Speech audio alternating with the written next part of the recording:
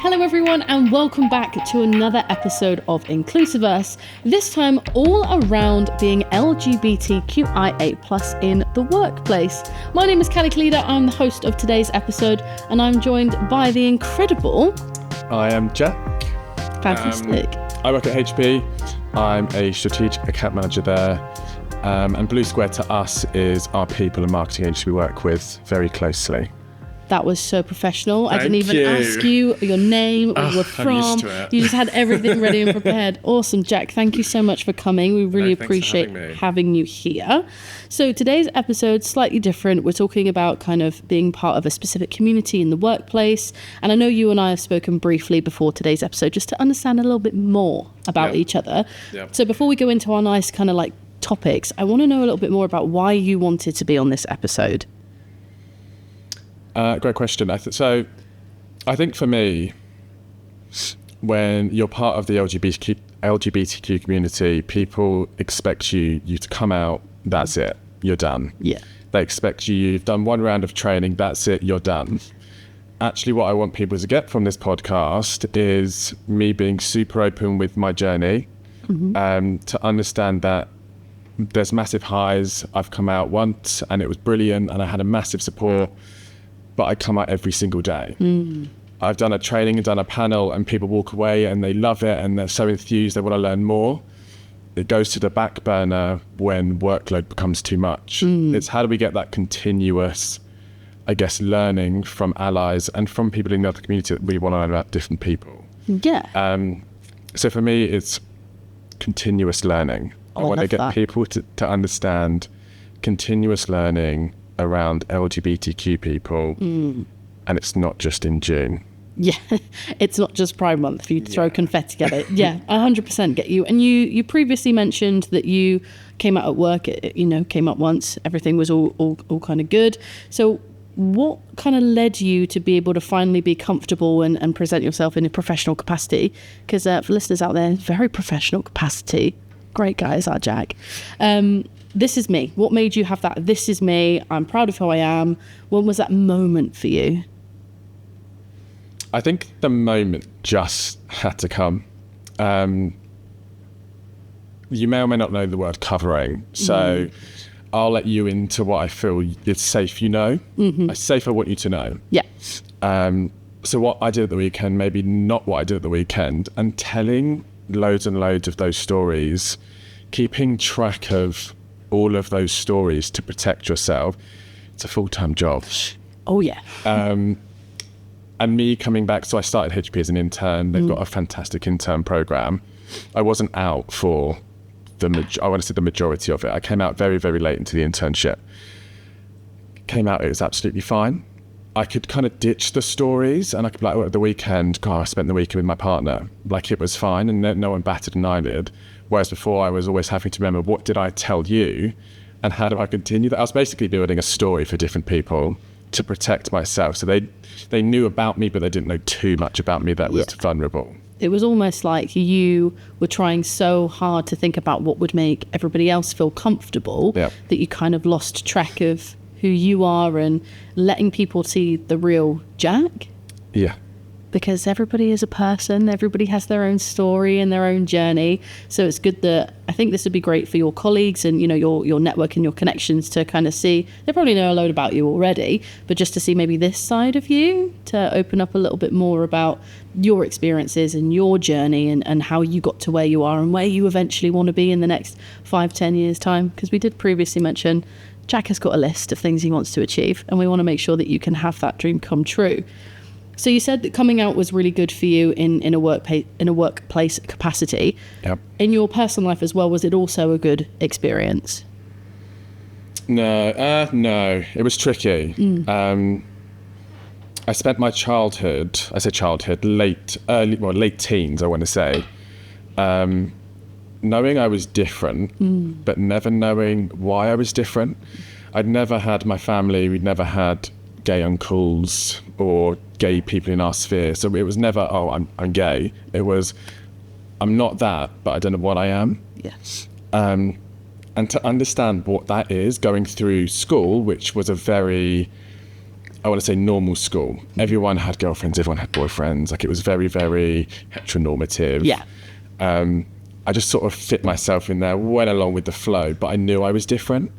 It wasn't till, I want to say, like the second week at uni, and I saw two men holding hands. I was like, light bulb, hello. I think that's what it is, but what is that? Like, I still didn't know what that was. And I never really researched it because I didn't feel like I needed to. I was very, although my mum will disagree, I was very academic. I wanted to get the grades to get to uni. So I never really focused on like that life. It was the school life. Yeah. It wasn't till I got to uni that I explored what that is. And then having to navigate, now I know, how do I tell people? Yeah. That was hard. And I don't think many people know this bit, but to tell my mum, God, I was going to meet up with her, have dinner and something and tell her, but I thought, no, anxiety, get rid of that. So I just text her. Yeah. The standard text. Literally was text. it an essay? Was it like a sentence? It was, Mum, I'm gay. Oh, it wonderful. Was literally to the point and blunt, which is what I am. I text her, knowing she was with her phone, turned my phone off. I was like, no, I don't want to deal with the negativity that's going to come in. I've let her down. I turned my phone, I want to say, like a couple of hours later because I couldn't keep it off. And she was like, Jack, I knew. Like, I was just waiting for you to tell me, which was the reaction you want, I think, as a gay kid. You want your mum to go, but I knew. I was waiting for you to tell me. So yeah, did that. That was one, like, pick it off. And then it was like the rest of the family. So I'm a triplet. There's three of me, two boys and a girl. Wow. I then told my brother, who was with my mum. So he already knew. And he was like, yeah, fine, whatever. Sister, so nonchalant, didn't really care, which is actually quite a nice thing when you think it's going to be this massive ordeal. Life-changing event. I then, a few days later, what I want to say, my brother was like, oh, Jack's gay, do you know? Like, not negative, but like, what the hell? 3 months later, I think it may even be less than 3 months later, comes out. Wow. So, yeah. I almost feel like, and you can correct me if I'm wrong, that you almost gave that brother that kind of boost because you already had the bravery, right? Taking the credit, yeah. Yeah, you took the bull by the horns, as it were, and you made that decision to finally go, I need to be my authentic self to my family. And your brother went, bloody hell, like, I want that too. Yeah. So really, you should be really proud of that moment and for also inspiring someone else in your family to be able to do that too. Now, we've spoken about your personal life, which I think is really important for a podcast like this, because when we talk about topics relating to work and career and experience, it's really good to get an understanding, especially from our guests, your background and the reason why you want to do this and the reason why you want to be an advocate and to educate. So I guess that kind of brings me back to that whole kind of work-based scenario, and wanted to ask you, what gives you a kind of sense of belonging when it comes to work? Oh my God, there's a question. Loaded question. I think belonging comes from the team. The team's a family. Like, we're one. The whole of HP is just one big family. And when you're hiding a massive part of who you are. So as an intern, I hid for about 6-9 months who I was. So people didn't know who I was. You don't feel like you belong as part of the team because they don't know who you are. So when I came back as a grad, I was like fully focused on, like, I'm going to let you into my life. I'm now out at uni. So I came out in my third year, which is very late for someone. But I was now comfortable to come out at work. I didn't feel like I was going to have this life changing and no one's going to hire me. And I think that came with the belonging. So it came with them knowing me, bits that I wanted them to know, should I caveat. I was still very much keeping some things because it was still very new to me. But coming out gave me that big sense of belonging and family spirit that I don't think I had when I was an intern. I guess also when you've been through that experience and you've started your journey of self-discovery, it's then an easier transition to kind of bring that into the workplace, because you've already done most of the hard work in realizing that this is who you are, which is a journey that a lot of people go on, regardless of whether it's to do with your sexuality or kind of any other factors. Figuring out who you are. I think every day we all figure out a little bit more about who we are. What are your thoughts on being part of the LGBTQIA plus community in the tech industry, considering that's been your home for the last 8 years? Yeah. I'm always, and I've still looked at it, I think if I interned somewhere else, would I be more out? That's a good question. The tech space, I think we have a long way to go. I think there's a lot of education which this podcast should help with. Making people feel comfortable to come out in such a male-dominated, such a heterosexual environment is really tough. And actually not knowing how people are going to react is probably the toughest part of that. So if I'm in a meeting, we actually spoke about this before, I'm going to say partner, because it makes you feel comfortable. It may give you that, is he or isn't he, but I may now be a bit closer to knowing, but I'm not going to drop boyfriend in a meeting because I don't know how you're going to react. And I don't want you to feel like uncomfortable because I'm there. Yeah. So I think it's been tough. I think it's been, I've been in the industry nearly 9 years now. I've learned how to navigate situations better and to help people feel comfortable. And actually, if you say the wrong thing, you're not going to be slaughtered. No. It's learning. We all say the wrong thing, but it's learning what you said and why someone may construe it as offensive and what to say instead. Yeah. So, Jack, I know you've mentioned that coming out at work was much easier for you the second time around that you were at HP, just because you were kind of more fully fledged and open with your expression and who you are. Yep. How did that kind of come about? Was it just a quick conversation? Did you drop it in casually? How did that conversation of, hi, I'm Jack, I'm gay, come out? I wish I did. Instead, I decided to set up a Pride network. Oh, fantastic. Just fully go for it. Yep. And to be fair, I think it was great for me to get over it. Just get over the fact that I'm gay, and it's not a massive taboo in the workplace, even though I think it's massive in my head. People care, but people don't care. They just don't. They care about you, not who you are. Yeah.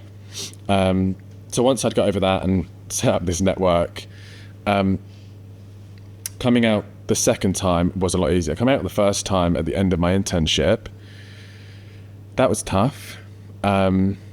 Battling with knowing I'm gay but not telling people, back to the kind of the stories. But I'll shout out 2 people, and I don't know if they know they're going to be shout out, but there were 2 instances that kind of gave me the nod that went, look, it's all right, we know, and you can tell us. And that's kind of all you need as someone who's battling, oh my God, my life's crashing down if I tell anyone. And the first one was Jeremy Sutton, absolute legend. And I hope she doesn't mind me telling this story, but we were on the way to Barcelona, meeting the education team, just having like general chit chat, waiting to board the flight. And she dropped in conversation so casually, like it was just, I still can't believe it to the day. It was so casually dropped in her gay brother. And I was like, oh my God, what? How have you put that in a conversation? And you're so like calm about it. And that's when I opened to Jeremy. And over the course of those days, we went for dinner together. She knew more about me than my family did at that point. Wow. Like, I've never opened up to someone how I opened up to Joe. So that was the first one. That for me took the weight off. She was a manager in HP. She was very senior. She was very influential, and she knew, and she didn't care. So that was the first one. The second one, and I don't think Nicola will know this, but Nicola Harding, they used to be the analyst team, then Nicola sat behind us. And I was, as you do, shopping at work, browsing through the Burberry sale, as you do as an intern. And there were these pink brogues. And I was like, oh God, I want to get them. And Nicola could have kind of look at me. And she was like, she literally said, Jack, get them. And for her, that was probably We love a shopping influence. We love it, like, spur on, get it. That was probably her, like, not thinking much of it, just going, Jack, get them. You like them, get them. You look great in them. For me, that was her going, Jack, it's fine. We accept you. And I was like, I got them. Still have them. Yes. Even though they're a bit battered now, but they're like a symbol for coming out at work. So I always look back to them. I'm like, yeah, that was a moment which Nicola and I had that she probably doesn't know that had a massive impact at me at HP. It really is the small things that can truly make a genuine difference. The fact that you still talk about those pink shoes now, and you've probably worn them, a million times, and even when they start falling apart, you'll probably always keep them, because it's that symbolism of such a meaningless conversation for one person had such a meaningful impact on you. And I guess that's just hopefully what this podcast can do. Even if somebody takes a sentence out of something that you've said, you've done your job. Like, you've done what you set out to achieve. So it's really nice to hear. Now, I do want to go into your Pride network that you've created, but before we get to that point, I do have a couple of questions for you based on misconceptions, because I know that was a big kind of fear for you when you were coming out in the workplace. So have you experienced any assumptions that people have made about you or others that you know based on your sexuality? No. And that's the best answer that anyone could ask for. My fears, so I can go to fears, which will probably help frame for people watching actually what someone who's coming out will go through. So my initial fear was, oh my God, my manager's going to hate me. He doesn't know anything. And my manager, Mark Davitt, was great. Didn't know anything about, well, I'm assuming he didn't know much about the LGBTQ community. I was out and I was like, oh my God, he's going to disown me. I'm not going to be in the team any longer. I'm going to get moved on. He doesn't know how to manage me. He managed me like a person. So it was it was nothing. And what I wanted was nothing. Like, it was nothing. The second one was longer term. Oh my God, my career is over. Yeah. Like, I was literally like, oh my God, if I come out, my career and what people thought of me when I was an intern, this really great intern, and I'm now coming out and changing a whole new narrative on who Jack is, they're going to think I was fake. They're going to think I was, I don't know, not authentic, but also I'm not going to become a manager because I'm gay. Like, there was these massive misconceptions in my head that I built up. And I don't know where you build them up from. I think some of them come from media. Some of them come from, TV shows that we watch. I mean, I think we're similar ages, I hope, because you look younger than I do. And there are a lot of really terrible coming out experiences for people in these TV shows. But then on the flip side, there are some really, really positive, but they always seem to kind of outweigh each other. And every individual person's coming out journey is so different. I've spoken to so many of my friends and colleagues and even my partner about kind of her coming out story and my coming out story, that it's so refreshing to hear that it was just seen as, and okay, so let's go through this. Like, let's go through these meetings. Let's do this. Like, it was very much, okay, like, it doesn't change who you are. It doesn't change your skill set. It doesn't change what you can deliver for this company. It's just part of who you are. And that is genuinely, like I said, when you said, no, nobody's been kind of rude to me in any capacity, that's the best answer that you can ask for, especially in the workplace. Yeah. And it's so nice to hear that you had that experience at HP. When you think of making everybody else comfortable, and that's kind of your main focus, how can we then shift that focus to make sure that people who are in the LGBTQIA plus community feel more comfortable at work? That's, well, harshly, and this one may sound a little bit harsh, that's on the culture at the company. I'd say HP has an amazing culture, really inclusive culture. Do we have a knowledge gap? Absolutely. Do we need to train management on hiring LGBTQ employees? Absolutely, but they'll come. I think initially it's how do you build a culture where gay people, the LGBTQ community can come out, feel super safe, and if not, there's policy in place that protects them. Yeah, absolutely. And it's having that whole, it's not just one little thing. Like, I talk about lanyards a lot. Lanyards to a lot of people seem super trivial. And I know some people are like, what? The lanyards, they're ridiculous. A lanyard to me which we didn't have when I was an intern, is, oh my God, I can talk to you if I need to talk to you. You're in my space. Like I can cry, I don't know what, I can do whatever I need to do, but I can speak to you about it. I'm having trouble coming out, or I'm having trouble with someone who doesn't understand me, I can speak to you. So lanyards for me are really powerful. And I think they're often overlooked as like a tick box. But actually some tick boxes are good. Yeah. Some tick boxes, I know we all say tick boxes are bad, we need more meaningful change. Some tick boxes are actually quite good and will have meaningful change to the people you want to impact. A lanyard means nothing to most people. But to me, a lanyard is like, you're my people. Yeah. I can talk to you. I relate to you. We have some kind of common ground. Yeah. It doesn't matter in what part of the business that you work in. I know that you are a safe space. Yeah, and I can 100% attest to that. You know, I've been with Blue Square for over 6 years now, and I've had so many different managers with different backgrounds. And, you know, I've had a gay manager, or I've had somebody who didn't even know I was gay when I started, which is crazy for me to even think about, because I feel like it's so obvious. Yeah. But I don't know whether that's because it's in my head. Like, I'm so open about my sexuality and my journey, and you know, when people ask me what I did this weekend, I'm like, oh, I remember my partner and did this, we did this with the dog. Like, I'm so eager to express my love for my person. Do you know what I mean? And sometimes that could be a detriment, you know, depending on the situation that you're in. But I feel like it's so important to be so positive about your background and your community and who you are as a person, because people are only going to see positive change if they witness firsthand positivity from you radiating about the person that you're with, or, you know, part of who you are. Like, oh yeah, just went to Pride this weekend, it was crazy, I walked like 40,000 steps, you know, was speaking to all of these people. Like, that could be the difference between someone going, do you know what, as an ally, you know, it'd be really nice to maybe go with Jack to Pride just to see what it's all about, to then opening those doors to those conversations. So I think it's really good that you have obviously spent so much time and effort and within your business to support that. Based on your experience, how do you feel coming out at work can be perceived as affecting your career? I think it's when you look at a workplace, people work with people. People get to know people, and the relationships that will see people grow within a company are based on trust and authenticity. Yeah, absolutely. And I think as being part of the community, many of us can struggle to be really open. Like you say, we went to Pride.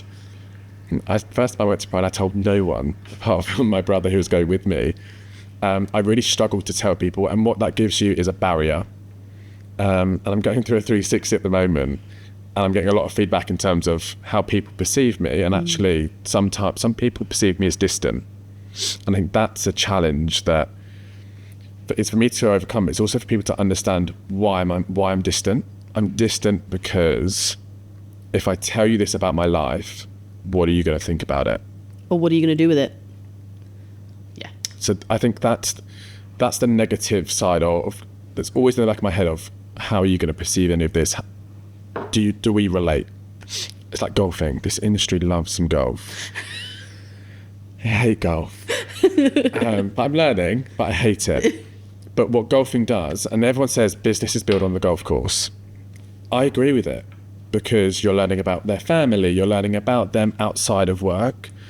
I think what our community doesn't have is, what is the LGBTQ golf? what is the version of golf? Like, what is it? Maybe we should make it. We should, because what is it? How is my manager going to get to know me? Because it's not going to be on a golf course. No. Like, I'm not going, well, I did actually go and I drove the buggy around and giving out beers. It was a good time. But how are people going to get to know Jack outside of work? Because I haven't got the opportunity, well, I have, but I don't want to, go on a golf course and get to know them, or I'm not invited. So actually inviting people, and I will bring up a topic which some people might seem as controversial, it's inviting people to those spaces. Yeah. People don't invite me to rugby. Well, I've never got an invite to rugby for years, even though most people go every weekend, because I think people don't think I want to be there. I went to rugby for the first time, I want to say 3 weeks ago. I had the time of my life. Like, it was brilliant. But I think it's if I'm not seen to be your kind of person, I'm not getting an invite, and it's because I'm gay. Yeah. And that may be in my mind going in circles and assuming, but I do think that still happens. Playing devil's advocate, because we have discussed this before the podcast and obviously during, that you obviously have your barriers in place. Yeah. If you allowed more of yourself to seep through, regardless of how small or how big, it may open the door for somebody else to say, Jack mentioned that he supports, I don't know rugby very well. England. Just yeah. That would have been the best option. Jack really loves rugby. He loves to go to Twickenham to watch England. Let's ask him if he wants to come. Mm-hmm. And then it's not a case of you not being invited because you're gay. It's that you're not being invited because they genuinely just didn't know that that's something that you liked, especially since you've clearly made a fuss that golf is not your thing. If the listeners take anything out of this episode, Jack does not like golf. But I'm learning. Always learning. If you need someone to do the buggy, hand out beers, or hold a caddy, Jack's your man. But yeah, then that may help you to let go of some of those barriers and seem less distant. Yeah. And I'm not trying to make this a therapy session, but that may help you in whatever capacity. Yeah. I want to circle now back to what you mentioned earlier about your Pride Network that you founded, supported, and you've done some phenomenal things. And I feel like it's a really good story to tell for people that maybe work in a business that maybe they're starting their D&I journey, or they want to do what you did and create something from the ground up. Yeah. So I want to kind of get an understanding of, how did the Pride Network come about? How did you shift company culture? What did that look like for you?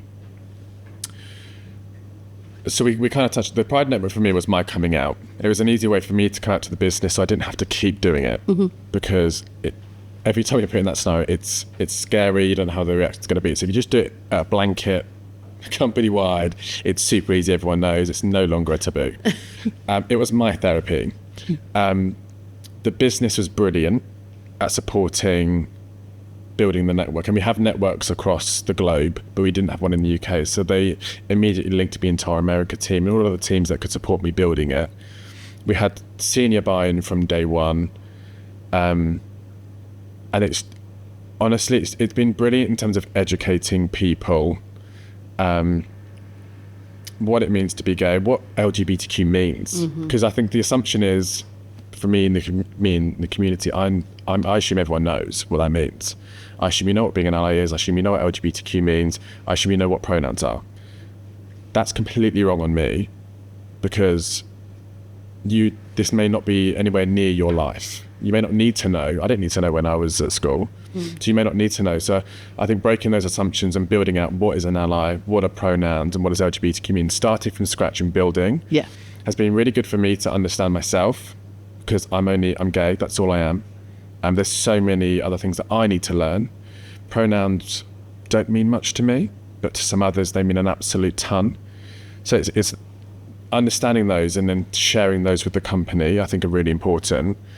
I think what the network's gone on to do in the last few years is have that meaningful change within the channel, which I think is what we need to see. So for the first year, we launched something called Stronger Together. And it was aimed at allyship and education.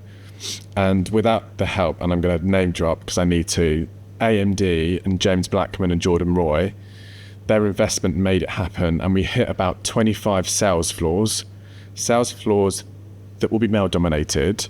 They won't have massive LGBTQ representation, with a massive flower wall and giveaways that had lanyard stickers, everything you need to like brand yourself up a little bit, but also an educational card on what it means to be gay, what it means to be LGBTQ, what's an ally, and what are pronouns. Really, really simple, start the conversation. It was incredible, the social media, because we asked everyone to post on social media, just for the visibility to start attracting, was mega. I think we had 500,000 views. Like, it was absolutely amazing. To then launch it again last year with a similar angle, similar sales floors. On the back of that, we've had partners come to us going, look, we want to start a network.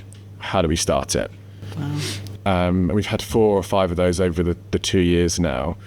So what that's having, I think, is meaningful change for our channel partners, our customers are also going through this transition on how do we support our employees. And I'm seeing more and more sales conversations touch on what are we doing with DEI. So it's not just an internal function anymore, it's an external. Companies want to see you investing, and Pride Networks can help. And that we help HR with policy, make sure the policy is right.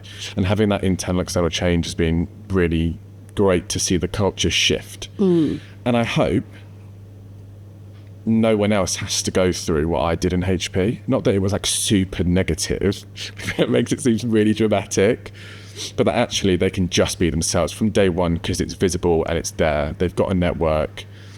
That's kind of, I want what I didn't have. Yeah, absolutely. And also to attract new talent, right? I think you and I had this conversation before we started. You are such an advocate for your community and your career that Jack 2.0, that's starting his internship, may be closeted, doesn't really know how to react in the workplace, can look at the network that you've created and that you've supported and see, this is my home, this is my sense of belonging, this is where I need to be, and I can feel comfortable to be who I am. And that is literally all you can ask for in a company. And I feel like HP and obviously Blue Square now are doing more and more to appeal to such a wider range of people, that there is so much more talent coming through the doors. You've got so much, in diversity, you also have skill sets, and you've got cultural shifts, and you've got understanding. And when you bring those people into the mix and they start to open doors and open people's minds to a better way of thinking, a more society-led way of thinking, you can actually see things from a better perspective. And I'm really, really grateful that you've brought this to the attention of all of our listeners, and obviously Blue Square and Brand Partnership Group, because it means that HP is a pretty big company, the big turnover, big team, big products. If you guys can do it, there's no excuse for nobody else. Do you know what I mean? And I think it's the partnership. We can't, HP, myself, we can't do it alone, but we'll have industry change within our sphere. Having this podcast will have now change in a wider sphere, but we need everyone to get together to advocate for LGBTQ people and what that looks like for attracting talent to the tech industry, not just HP. Absolutely. Because I still think it's seen as a scary place. Yeah. When actually, I can be myself. I mean, I'm still covering a little bit, but I'm mostly myself. But you're working on it. We're working on it. Baby steps. And I guess that brings us nicely onto what are some concrete steps that companies can take to create a fully safe and welcoming environment for LGBTQIA plus people?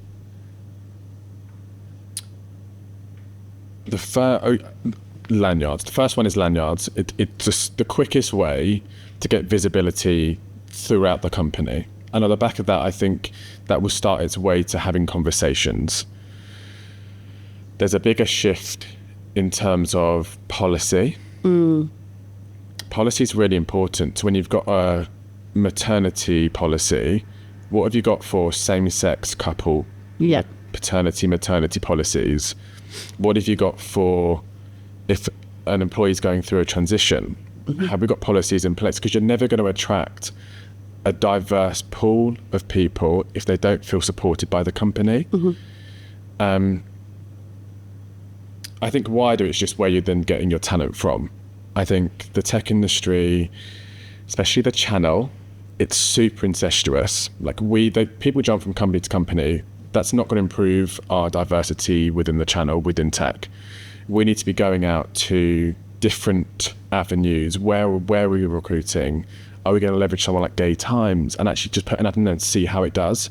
Taking a bit more of a risk with where we're promoting our jobs, I think will just have an immeasurable impact on diversity in tech, because it's the same place every time. Yeah, absolutely. And, you and I both work for technology companies, slightly competitors in certain aspects, but we don't talk about that. But I guess you and I's journey has been almost parallel. You came out at work, felt comfortable. I came out at work and felt comfortable. My second manager in this company was a gay man, and he was arguably the most supportive I think I've ever seen. Obviously had a completely different outlook because he's experienced different things in his career and different experiences, but I could not have asked for somebody who was more understanding and more appreciative. And, you know, when you're having a bad mental health day, or you're, you know, something's going on in your community, maybe you've seen something on the media that's really hit you hard. I'm sure both of us have seen, you know, attacks as such and such, and that hurts. Like, although it's not you directly, to know that at any point in time that could have been you is something that is really, really sad to see, especially, you know, we're in 2024 now. Yeah. And to have somebody to talk to about that understands that feeling of empathy and that emotion is really important. And even now, my current boss is the most supportive that you could possibly be. She's like, okay, and to me, you're just Kally. Like, let's move on. We've got tasks to do. Like, but I think you're lucky. Like, I'm in a very similar boat. My manager, she's phenomenal, and she champions me because I'm a bloody good employee. There we go. Not because I'm gay, or not because I'm anything else. Absolutely. And that's all you can ask for a manager. But equally, I think you get managers who don't understand or don't want to understand. I think when you're looking into 2024, into the future, and what makes a good manager, what makes a leader, they need to better understand diverse talent. Yes. And what potentially people go through.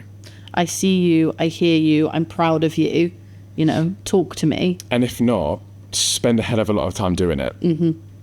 Attend.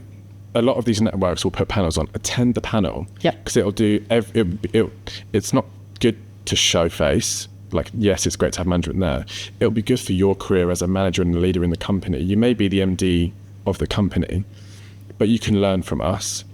So learn what stories we have to share, and how you can influence as a very senior figure in the company.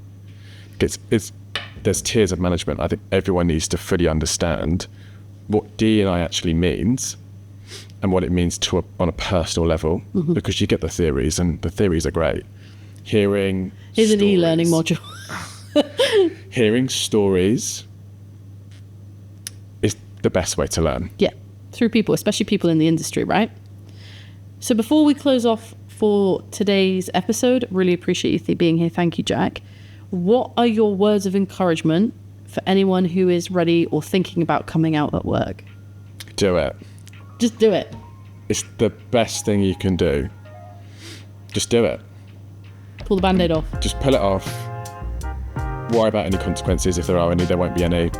It's all in your head. Just do it. Pretty good words to live by. Jack, thank you so much for sharing your experiences and more about you.